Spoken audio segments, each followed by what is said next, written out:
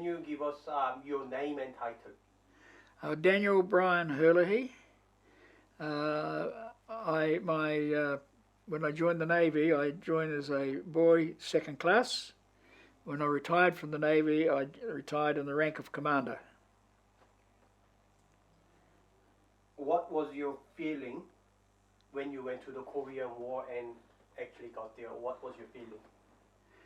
Well, as a very young man at 17 and a half, to me it was just another adventure. And also being a seaman boy, we were taught to do as we're told. And we're all volunteers, of course, and we were a regular force. And so the Navy said, you're going to Korea on your ship, and that's what we did. Can you show us your photo when you took on your way?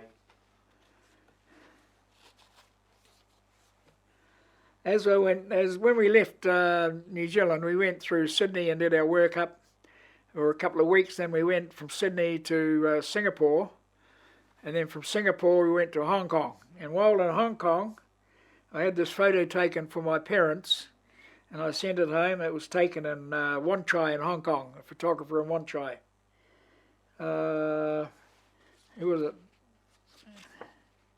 It's Quang Lam Studios, Hennessy Road, Wan Chai, Hong Kong, Island.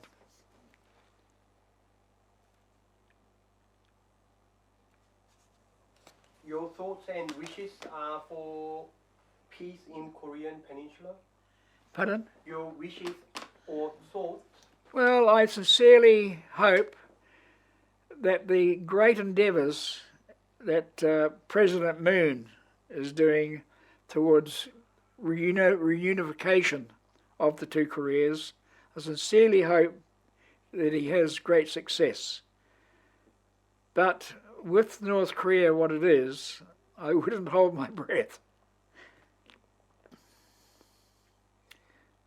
Can you give us your thoughts and mention on Peaceful Unification Advisory Council doing work in New Zealand? Well, the Peaceful Unification Advisory Council of Korea New Zealand chapter are doing a great job in spreading the peaceful word around, particularly in New Zealand, and also for the rest of the Korean Advisory Council around the world. And I must thank them for their great support, which they've also given to the Korean War veterans. We've been entertained by them on several occasions, and we really appreciate their support they're giving us. Your first thought, your revisit to Korea? Well, but when I was in Korea as a young man during the Korean War, the only place I got on land was on a few islands up in the Haeju area and up in Pangyongdo. I used to get ashore to Pangyongdo from time to time, or when I was on an armed landing party in the islands looking for the intelligence officers, so Republic of Korea intelligence officers, Marines.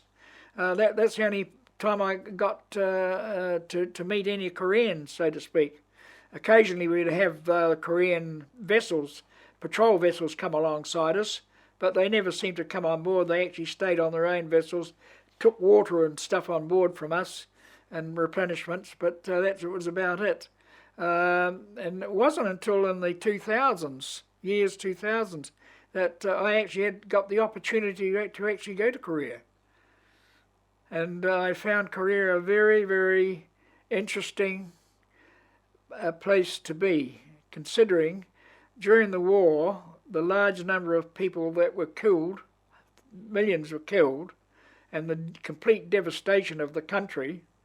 To see what the people have done over the later years to become one of the leading industrial countries of the world and one of the leading exporters of the world. Now, the people of Korea should be proud of themselves, but I would venture to say that a lot of the early work was done by President Park Chung-hee. And I know it was very difficult for the Korean people at the time, but look at the gains which they have achieved with all that work which was done, and it was hard work for them, the people themselves as well. But I take my hat off to them.